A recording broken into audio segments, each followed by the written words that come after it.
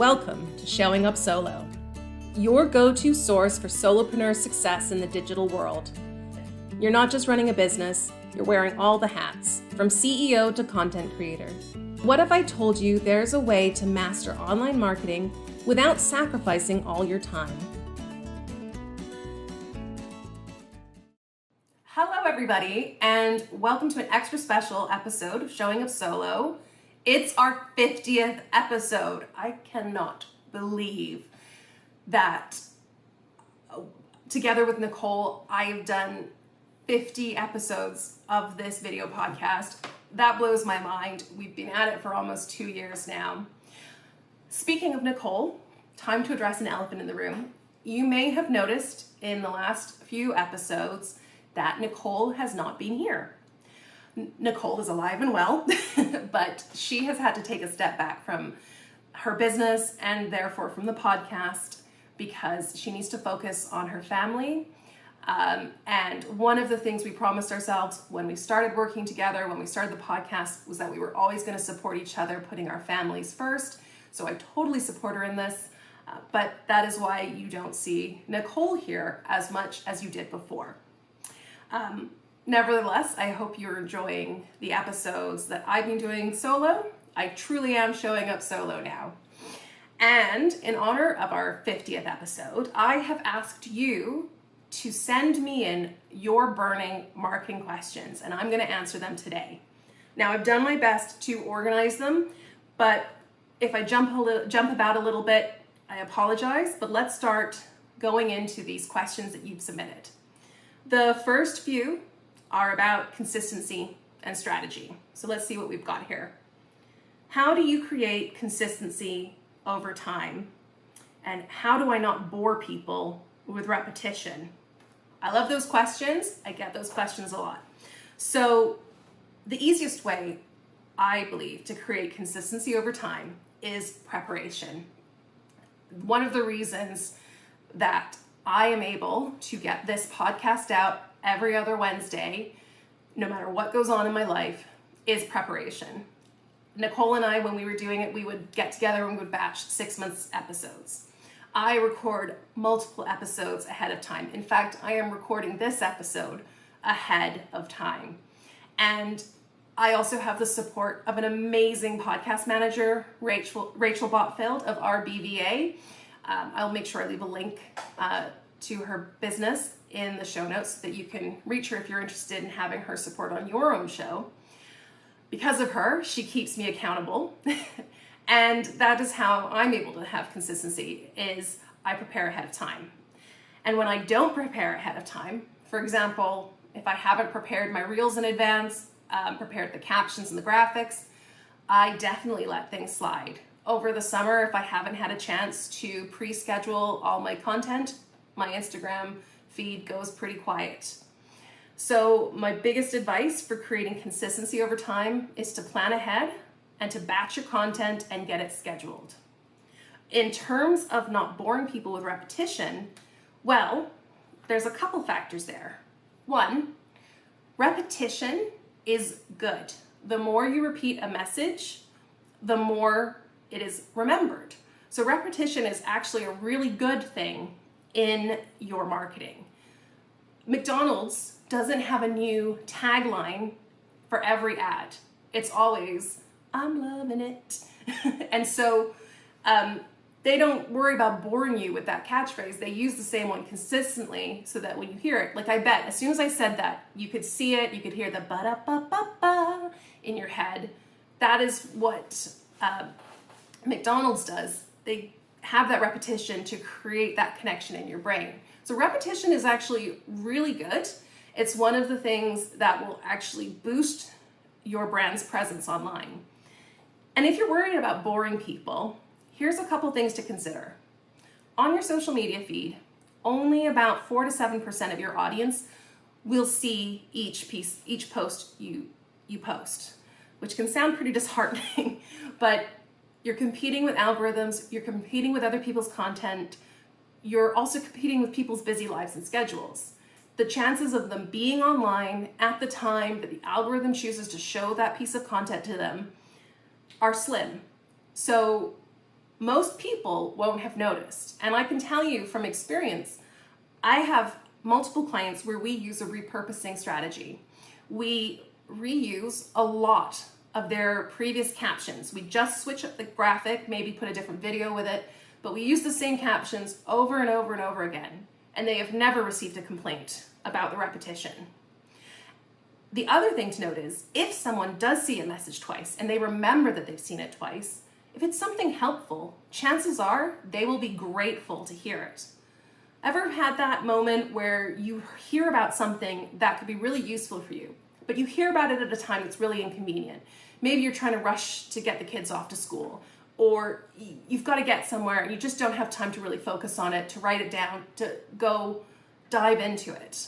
And then it slips your mind. When you see something else that reminds you of it, you're grateful. Oh, yes, no, I wanted that. So repetition in that sense can be a gift to people who are really interested in your content. So I hope that answers those questions in terms of consistency and boring people with repetition. The next question I have is how to prioritize strategies or steps when you have limited time and resources. Well, again, I think I've answered that with the batching content. My biggest advice is create content in batches.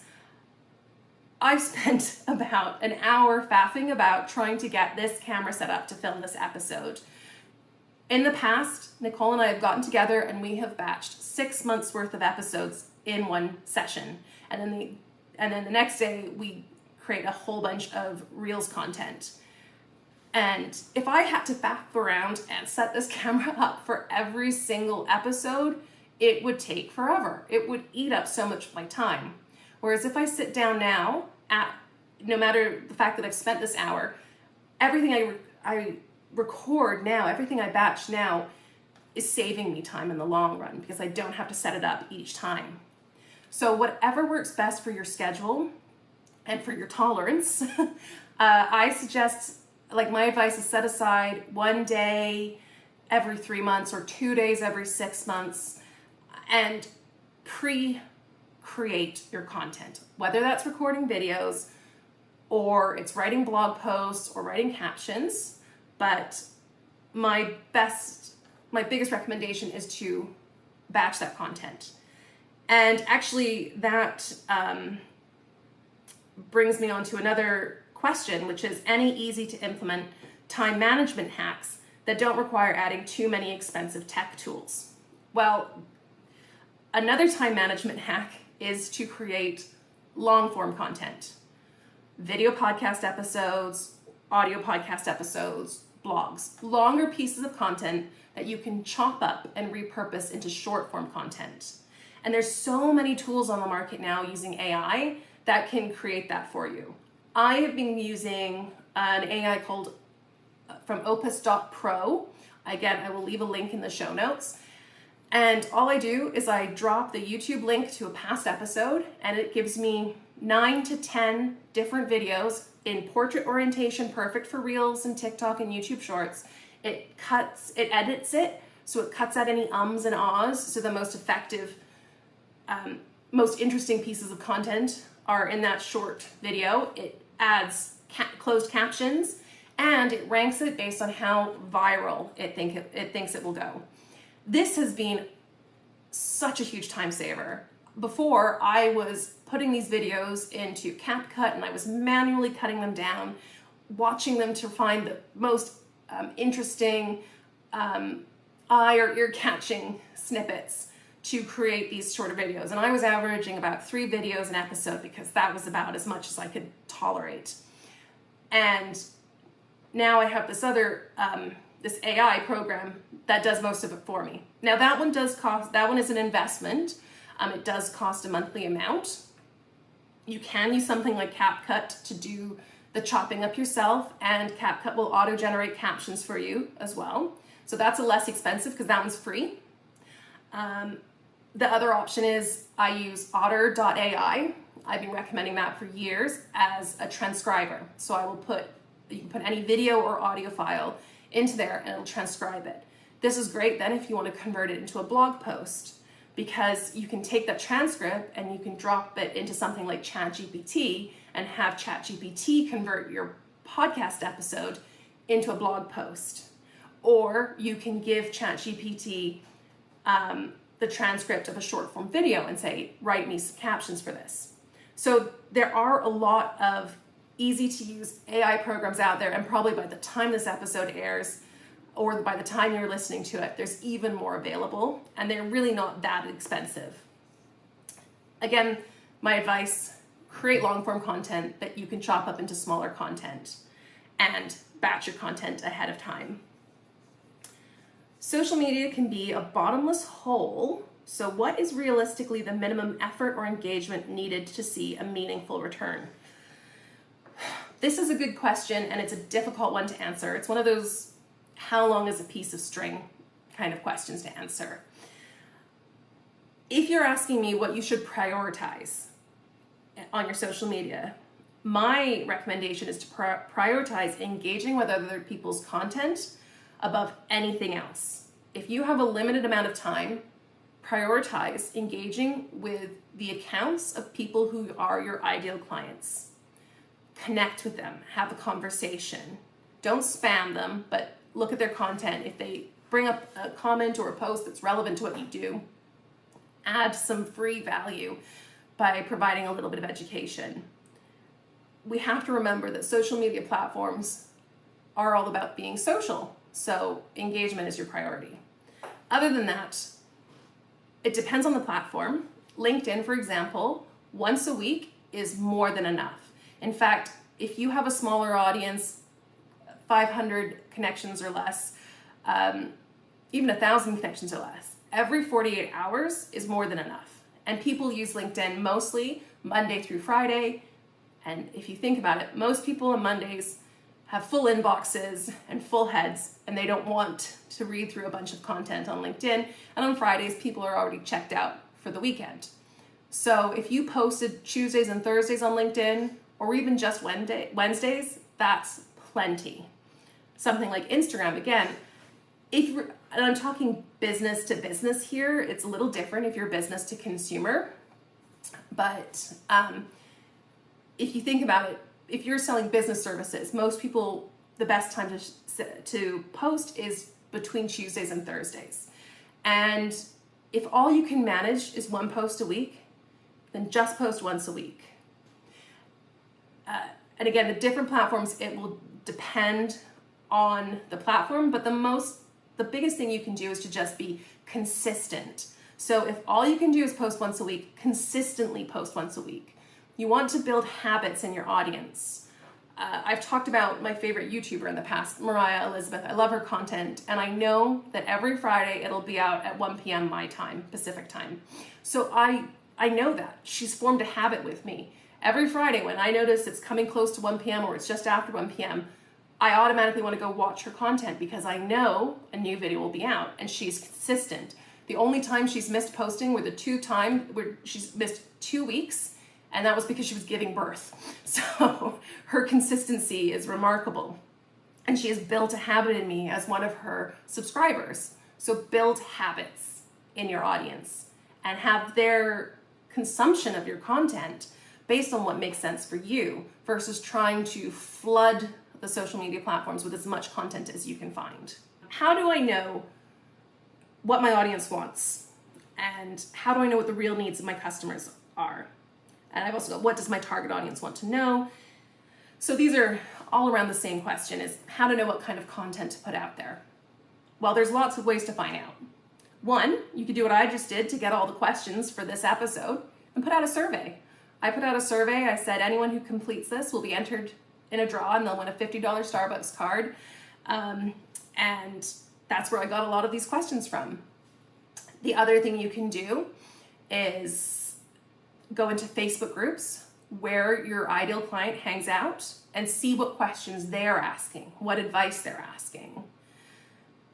There's lead capture forms.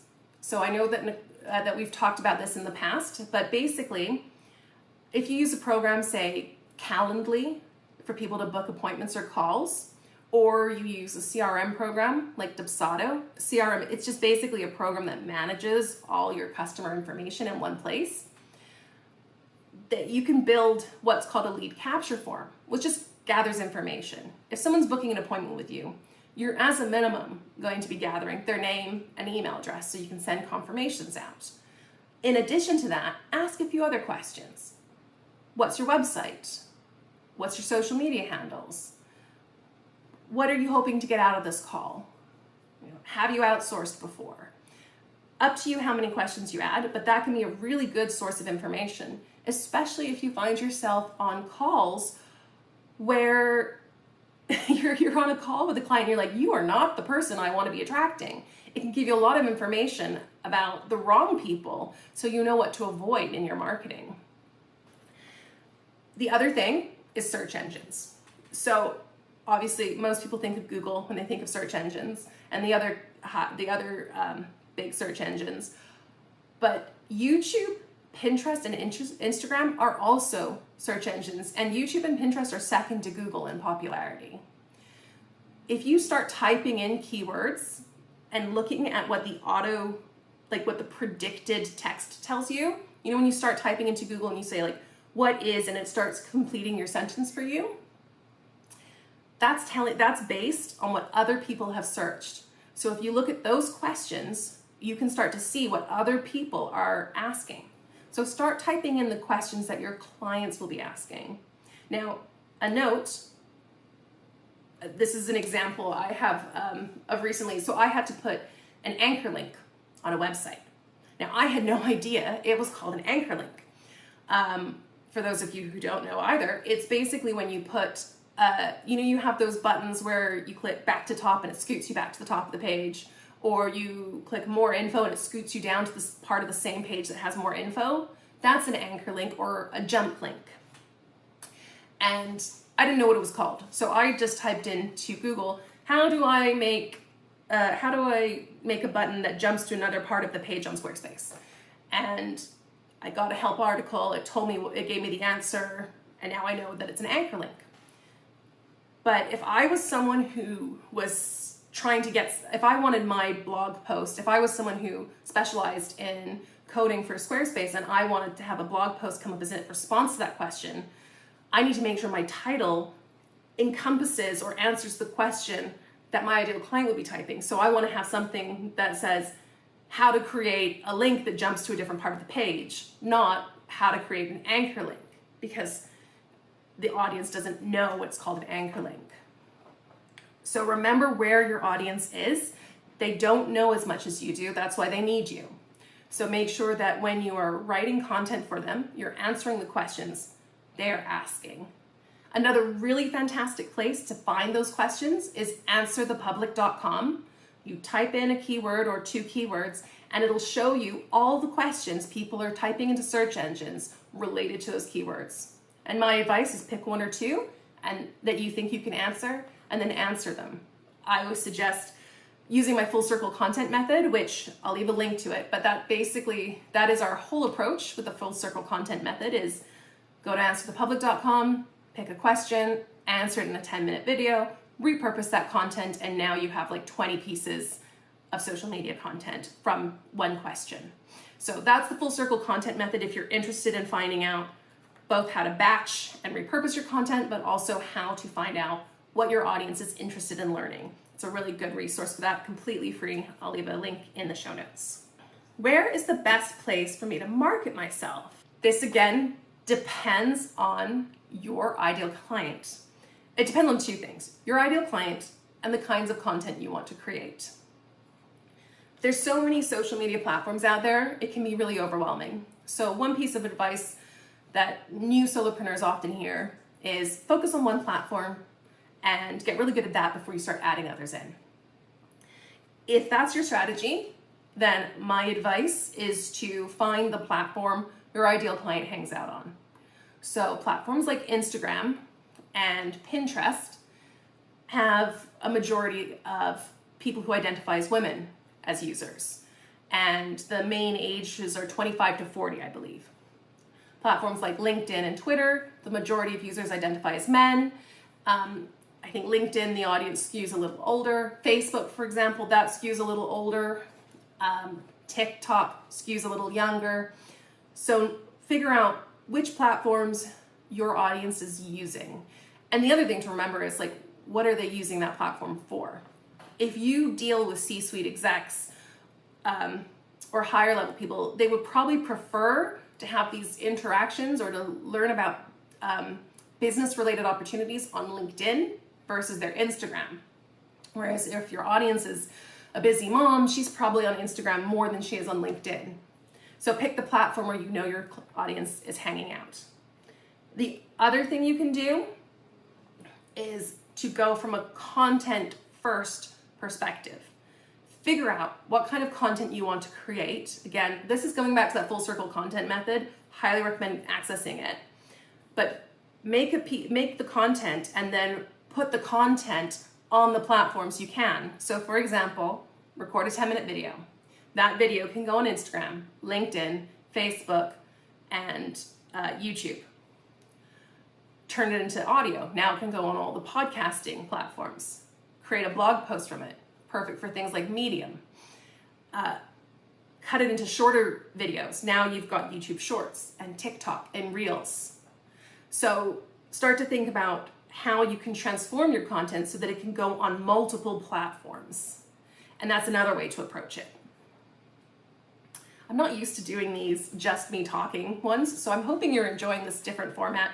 Don't worry, we're going to have lots of guest interview episodes going forward. Okay, niching down. How do I niche my business and how to face the competitive market environment and find innovative methods and strategies to highlight my own business? Okay, niching. Nobody wants to niche. People are scared that if they niche, they're going to limit their availability. But the truth is, at the heart of it, I am sure you have one particular kind of person you want to work with. I know a lot of people who are worried about excluding people, and I often say they're being too nice, but be honest about who you want to work with. What do they need to do? Like, do they need to respect your boundaries? I had someone who they wanted their first call with me, their first interaction with me to be 60 minutes instead of the 20 minutes that I set aside. Now that's a boundary that I've set because I usually know within 20 minutes if we're gonna work. And I didn't want to tell them this, but I usually go over if I think it's gonna go well. But for someone who wouldn't respect my boundaries and wanted 60 minutes so they could pick my brain for free, that was already something that was a red flag for me and told me, okay, this probably isn't the person I want to work with. So whether you know it or not, you have flags that you want to avoid. If you're worried about niching down, first thing to do, list all the deal breakers. List all the people you don't want to work with and then see who's left. Then you want to look at what you want to do, not what you think you can offer that will satisfy the most people. What do you want to offer? I actually had this with Rachel, the podcast manager. She was also one of my coaching clients on my Setup for Success program. And she had been avoiding niching down. She was offering very vague, very general packages. And when we were having the coaching sessions, she mentioned that she kept getting on the call with people who were interested in a podcast, but didn't know what the budget was or just weren't prepared for that kind of investment. And I said, well, what do you want to do? And she's like, I want to manage people's podcasts. And I said, so you need to work with people who are ready to make that investment. You need to work with people who understand the value of a podcast. You don't need to convince them that it's a valuable thing. They know they want it, and they know how much it's going to cost. I think actually she said, I want more people like you, Hannah, because that's how I approached her. I said, I'm making a podcast and I want you to manage it because I don't have the time. And so I said, well, then you need to aim for people like me. You need to say, like, that's what you need to offer and speak to those people, because you're just wasting your time having these calls with people who aren't looking for the packages you're offering. And when she got more specific about who she worked with and what she did, she found that her sales calls, the right people were getting on the calls and they were converting into clients. So niching down can really, really help by being specific about who you want to work with and what you want to do. And if you're worried about, I know that was another thing for Rachel, she was worried about the market being oversaturated. She knew other podcasters who targeted coaches as their ideal client. But there's millions of coaches out there. So there's millions of coaches who need millions of podcast managers to manage their millions of podcasts. So don't worry. There's plenty of fish in the sea. It may seem like the market is saturated, but it really, really isn't. There's someone for everyone. And especially in these service-based businesses where it's a one-to-one relationship, a lot of the deciding factor is how you vibe with that person. So there's someone out there who's the right fit personality-wise to work with you. So don't worry about what everyone else is doing. Just worry about what you want to do. Here's a good one. Okay, how can we streamline our marketing funnel to provide more results with less weekly effort? And on top of that, there's another one that goes, what would be the most bang for your buck way to invest your time in marketing as a small business owner? Email marketing, hands down. Email marketing, I said earlier that your social media audience, maybe 4 to 7% see your content. With email marketing, you can usually expect 20 to 30% open rates. Again, that doesn't sound like a lot, but it's a lot more than social media.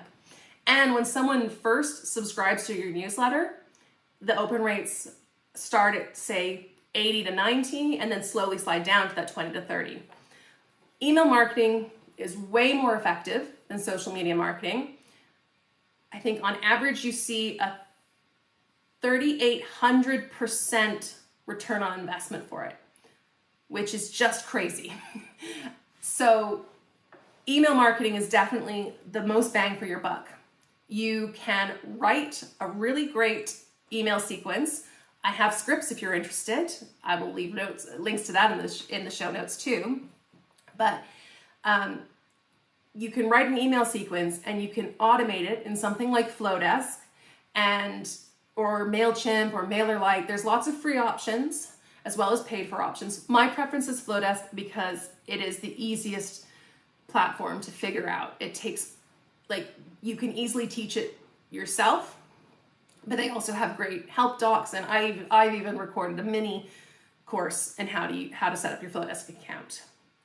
But you can put these automated sequences in there. You could write your newsletters ahead of time and schedule them to go out. So you could, I know someone who wrote all of her newsletters for the summer because she knew she wasn't going to be able to get to them over the summer. So she read them and had them scheduled to go out. So email marketing, there's lots you can automate there and have it selling and warming up leads in your sleep. And then if you want to know about whether you're getting the right results, look at your open rates, look at your click-through rates, see see how many people are opening the content, how many are going on to the next step. But email marketing is the best bang for your buck for your marketing. Also, you own your email list. You don't own your social media subscribers. If that platform disappears overnight, so does your followers. They've all gone. So having an email list, they belong to you. So always, always, always grow that email list. And there's lots you can do. You can go as simple as you want or as complicated as you want. I've been working in the back end. I've developed this really complicated email marketing funnel in the back end that's got 5 different sales paths or journeys for clients and different investment levels. That makes sense for someone at my level. In the beginning, a 3 email welcome sequence. Hi, this is me. This is what I do. This is how often you can expect to hear from me. And a regular newsletter is plenty and can really help with your marketing. Is there a certain point when you should start running paid ads? Again, there's no right or wrong answer to this, but 2 things to note. If it's a higher investment point, like if it's anything more than like $5 or $10, I wouldn't run ads for something paid for. Not unless you're running ads to people who are already, say, email subscribers, and you're retargeting them. If you're reaching out to brand new people who you've never met, promote something free, promote your free resource, your lead magnet. The other thing to do is wait until you have a proven funnel. So if you've spent all this time creating this gorgeous new lead magnet and you're super excited about it and you want to go start buying ads to promote it, just wait till you've had a few people go through the sales funnel first. Have a few people land on the landing page and decide if they want it, subscribe, go through your email sequence. And when you know that that is leading to sales at the end, when you know it's working and now it's just a case of putting more people into that funnel to get more leads, that's when you want to start running ads. I think I went a little jargony there, but basically, once you know your sales process is working and you know that now it's going to work, you've got a pretty high conversion rate, you know that people are going all the way through the process and wanting to buy from you, then start running ads to start putting more people through the process so you got more leads coming in. I do have another free resource for that. I feel like I'm going on and on about my free resources, but I do actually have a lot of resources to answer a lot of these questions. And I have a new resource. It's called Plan Your Purchase Paths. And it's an introduction to figuring out and mapping out your first sales funnels. Can I build an email list without a lead magnet? Ooh. Yes, you can have a subscribe to my newsletter button on your website and just invite people to subscribe. You can add people who book discovery calls and stuff with you. You can have an option for them to opt into your newsletter there. But a lead magnet is a really nice incentive. I was just on a website for one of those subscription boxes for one of my kids, and as soon as I went on that website, a pop-up came and said, give us your email address and you'll get 15% off your first order or 40% off your first box or something like that. And of course, I put my email address in. I didn't even end up buying it, but now I'm getting their emails daily. But that was their lead magnet. That was my incentive to give them my email address. And it works a lot more than if it just had a subscribe to our newsletter. Like, I would never have subscribed to their newsletter, but the promise of 40% off, I'm like, yeah, sure, take my info. I can unsubscribe whenever I want. That's what your lead magnet does too. Your lead magnet is an incentive for someone to get on your list. Here's a little piece of value. Here's a little free sample. Here's a little taste in exchange for your email. So it's their email address is the currency. So you're not getting their email address for free, you're giving them something in return. Or they're buying your knowledge with their email address. So in answer to the question, can I build an email list without a lead magnet? Yes. Is it easier to build an email list with a lead magnet? Yes. How do I create a compelling lead magnet? And what topic should I cover? This one I always say, there's a couple questions you can ask yourself to figure out what your lead magnet should be. One question is, what do I always end up having to tell people about what I do? Like, if you're at a cocktail party, do we still do cocktail parties after COVID? I don't know. If you're at a networking event or something, or at a conference, or you get on a sales call with someone, or you have to explain to your mom's friend's sister what you do, whatever you have to say to explain what you do, that could be, or about what you do, that can be a lead magnet. So for example, when I talk about what I do, which is coaching solopreneurs on their online marketing, I have to explain what online marketing entails, all the factors, brand messaging, websites, email marketing, social media marketing. So that's a great lead magnet for me, something that explains all those elements. Another question you ask yourself is, what do my ideal clients need to have done before they can work with me? So I'm going to go back to Rachel. One of the lead magnets for her could be, so her ideal client is someone who has a podcast and wants them to manage it. So ideally, they will have either decided on that podcast, planned it out, or maybe even started and launched it and realized they need help. So a good lead magnet for her ideal client would be how to start your podcast in 5 steps, or how to plan the perfect podcast show. Something that gets them already invested in having a podcast, ready to purchase, like ready to sign on to someone to manage it. So that's what I would do. What does everyone need to know before they can work with me, or what do they need to do before they can work with me? The other thing is, what is the first step in the process? That's another one. What can I do that's a quick win that'll get them one step further than where they were to where they want to be? And speaking of which, I have yet another free resource.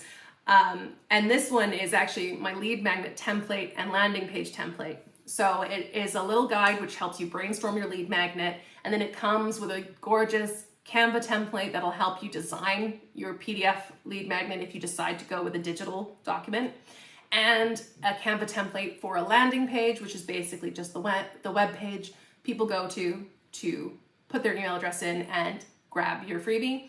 So this is a template, so it's got the scripts that you can just fill in the blanks and write all the copy for it, and then just build it on whatever you want to, whether it's Flowdesk or Squarespace, wherever you want to build your landing page. So there's that. I will leave a link to that in the show notes as well. Gosh, the show notes is going to be all links this episode. But if that's something you want to dive deeper in, that's a resource I recommend. And it's a great example because that is a first step if you're going to build a sales funnel or start email marketing, is you need to have your lead magnet and landing page picked. So people who get that free resource, that leads them nicely in. If you get it, it leads you nicely in to my email marketing program. So it's that first kind of step that people need to do before they can start doing the rest. Ooh, here's a good one. When should I bring in support? And how much do I need to spend versus bootstrap on my own?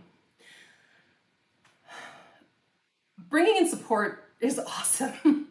I definitely miss having Nicole there as support because we used to divide and conquer when it came to content creation. I brought Rachel in from the start to help me with the podcast because I knew I just didn't have the bandwidth to edit and worry about publishing and writing show notes for my podcast, but I knew I needed the podcast. So I brought someone in right from the start to help with that. I also have someone supporting me on my social media, helping me with my engagement, because engagement is super important, but I don't always have the time to do it. I would recommend bringing in support as soon as you can. When you are a solo business owner, marketing is one of your big jobs. Like, it really is. You can't avoid it. If you want customers, you have to market yourself. And marketing takes time. If you can bring in support to help deliver your services, or you can bring in support to help with your marketing. If you get your marketing set up, like the foundations in place, you have your brand messaging nailed, like you know what you want to say and who you want to say it to and what you're selling. You've got your website nice and slick. We'll only need minor updates every now and then. You've got your email sequences all set up. So it's just a case of creating regular and consistent social media content and engaging with your audience. Get all that set up and then bring in support as soon as you can afford to, because you don't need to be doing that. Once you know the messaging is clean and you've got a trusted social media manager or virtual assistant to help you with that, hand it off so that you can focus on innovating and delivering to your customers and scaling, like thinking about your next offer. So bring in support as soon as you can. The question of how much do I need to spend versus bootstrap on my own, that depends on how much of this is your jam. So I bootstrapped most of mine in the beginning. I did take a few courses. So I did invest in courses early on. I invested in a VA Kickstarter program to help me figure out how to launch a business because I had never started an online business before. So I invested in that. It was it was like $500 or $600. I invested in that right away because I knew nothing about starting a business online, and I needed the essentials so I could get going and start working as soon as possible. So I knew I didn't have that knowledge, so I invested to get that knowledge. Then I started teaching myself my own social media management. I absorbed knowledge from elsewhere. At that point, because I didn't have a full client roster, I saw myself as, if I'm not working with clients, I'm going to work on improving my marketing. So I dedicated my time to figuring out how to do it myself. As my client list grew and my time reduced, I started investing more in outsourcing. Sometimes I invested in refining my own skill set, but most of the time, it was a question of how much time do I have? How much will I need this skill going forward? As I started to realize that marketing was the direction I wanted to go in, it made sense to invest in dedicated LinkedIn training, dedicated social media training, dedicated copywriting training, dedicated launch tactics training, because that is the services I want to provide. So whilst I'm benefiting my business and my marketing, I'm also increasing my skill set, giving myself better services to offer to clients. If I wasn't offering marketing services, it would have made more sense to just hire an expert to do it for me. Although one thing I always recommend is you need to understand the process you're outsourcing. If you don't understand how a sales funnel works, how email marketing works, or how social media works, you're not gonna know what you need or don't know. And I've seen a lot of people get on a call and get sticker shock when they come to me saying, I need social media, I just need someone to manage my social media. And then I say, okay, what content are you creating on a regular basis? Nothing. Okay, so you also need someone to write the content. It's not just a case of posting it. You need someone who can write content. That's fine. This is how much it's going to cost. What content can we repurpose from? How's your website? How's your email marketing? Oh, we haven't got any of that. Okay, what are you going to do with people when they find you on social media? Where are they going to go? Oh, well, I haven't got that. And so it starts to add up and add up. Whereas if you know what you need and you know that you've got all your foundations in place, outsourcing is going to be less expensive because you've done most of the hard work and you understand what is important and what can slide under the radar, what can be let go if budgets or time don't allow for it. I think this episode is getting really, really long, but we're almost at the end. Actually, yeah, the other questions I've actually answered. The only other one is do you build a successful personal brand and build long-term trust and engagement with your target audience? That's all about getting your messaging clear, knowing who you work with and what you do for them. And your personal brand is you as a service provider. You are very much tied into what you do for others. I believe in authenticity. I definitely try to be authentic in my own content. So a lot of my brand is tied into who I am personally. And that's basically just be authentic. Know who you're talking to, know what you're selling, and know who you are representing that. Get really clear on your messaging, and then that will help you build a brand. If you struggled to get your first few clients, here's another free resource I have. 3 things you can do today to get your first clients. I'll leave a link to that in the show notes, and it's just some tips, some real life tips that I actually did, or I wish I had done right at the beginning of my business to get my first few clients. So if you're stuck on that, that's a great resource for that. Okay, those are the questions. Before I go, I just want to mention that because this is the 50th episode, I'm celebrating it with a 50-day sprint to success. What the heck is that, Hannah? Well, I have a program called Foundations for Success, which is an online self-paced course that walks you through all the foundational elements of a comprehensive marketing plan.